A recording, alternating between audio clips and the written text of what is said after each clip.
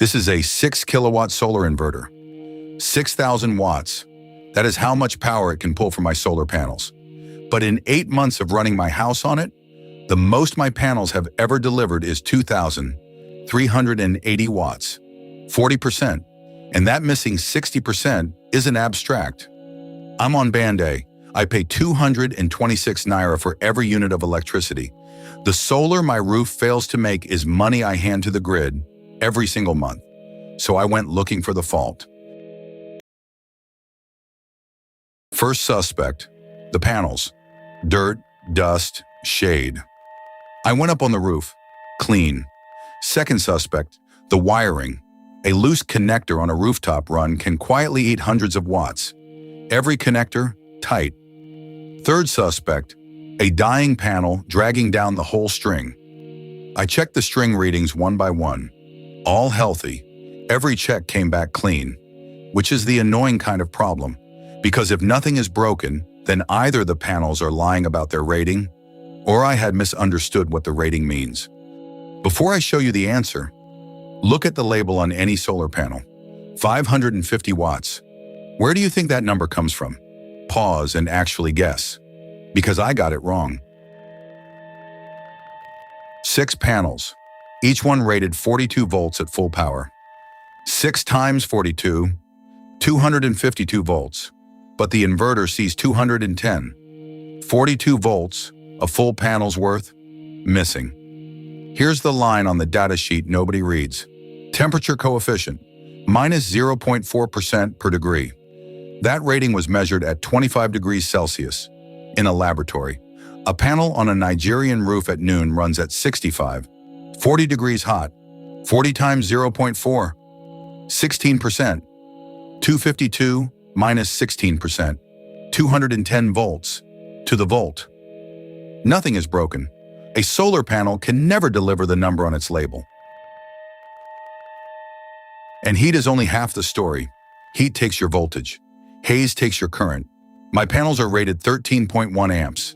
They deliver 11.3, 86%.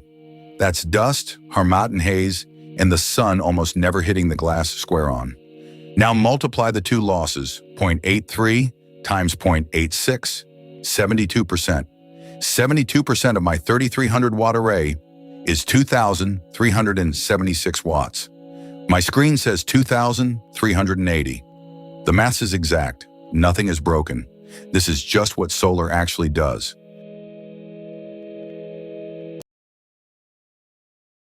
So if panels can never deliver their rating, the fix sounds obvious. Add more panels. Except everyone, every installer, every forum, every manual repeats the same warning. Never exceed your inverter's capacity. Here's what nobody tells you. Your inverter doesn't have a capacity, it has 4. Maximum input voltage, 500 volts. Maximum current, 18 amps per tracker. Maximum solar input, 5,000 watts per tracker, and there are 2 trackers. And the output, 6,000 watts. 4 numbers. 3 of them are walls. 1 of them is a suggestion, and it's the one everybody thinks is the wall. The makers of this inverter put 10,000 watts of solar input on a 6,000 watt machine. They are telling you to overpanel it. It's in the design. Why would they design it that way? Because a perfectly matched array only performs for about 2 hours a day. The sun climbs, peaks, and falls, and your panels follow. Oversize the array, and you're not chasing a higher peak. You're widening the day. Useful power arrives earlier in the morning and stays later into the evening. And if you charge batteries, that's everything. You want them full by early afternoon, not by sunset. Professionals size arrays at 1.2 to 1.3 times the inverter rating as standard. My system sits at 0.55. But before you add a single panel, you need to know about the 2 real walls. First, voltage. Panels in series add their voltages. And here's the trap. Use the open circuit number, VOC, not the operating number. Open circuit is what the inverter sees the instant you connect before it loads the string, and voltage rises when panels are cold. Your worst case is the coldest harmattan morning of the year. Get the sum wrong, exceed the maximum, and there is no warning and no fuse. The inverter is dead the moment you plug in. Second, current. Parallel strings add their currents. My strings run about 14 amps against an 18 amp limit, so one string per tracker. Two of these strings on one input would push 28 amps into 18. That doesn't fail today. It cooks the tracker slowly, over months. And watts? Watts you can exceed. Past the limit, the inverter simply takes what it can carry and leaves the rest. That's called clipping, and it's the safe one.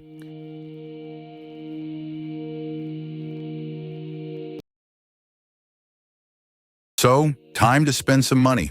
And I can tell you almost to the naira what it should be worth. Because here's the strangest thing I found in this whole project. My electricity bill is not really a bill. It's a physics measurement. Watch. My house uses about 9.5 units in daylight and 7.5 overnight from the battery. Charging the battery costs about 8.3 once you count the losses. So the array owes me 17.8 units a day. On a perfect day, it delivers about 12. That covers the daytime and leaves 3.5 for a battery that needs 8.3. So every night I fall about 5 units short. 5 units times 226 naira times 30 days, 37,000 naira. And that is almost exactly what I spend on prepaid units every month. Every token I've been loading into that meter has been buying the gap between my roof and the sun. The fix: 5 more panels, 625 watts each, on the second tracker, the one that has sat empty since the day I installed this. Check the walls. Power, 3,100 against 5,000. Clear. Current, 14 amps against 18. Clear. Voltage on the coldest morning, about 294 against 500. Clear by a mile. 700,000 naira of panels against 37,000 a month. It pays for itself in under 2 years. Then it generates for another 20. But I won't lie to you. Give me 3 straight days of proper rain, and I'm buying units like everybody else. Anyone who promises you zero forever is selling something. So here's my prediction, on the record. 21 units a day, and the bill drops from 37,000 to under 5. The panels arrive soon. The next video is the install, the first full month of data, and exactly what I spent on units that month next to this prediction, including where these numbers turn out wrong, because some of them will be. Until then, your inverter has 4 numbers on its plate. Go and read them, and check what your screen says at noon, because you might be paying for a machine you're only half using.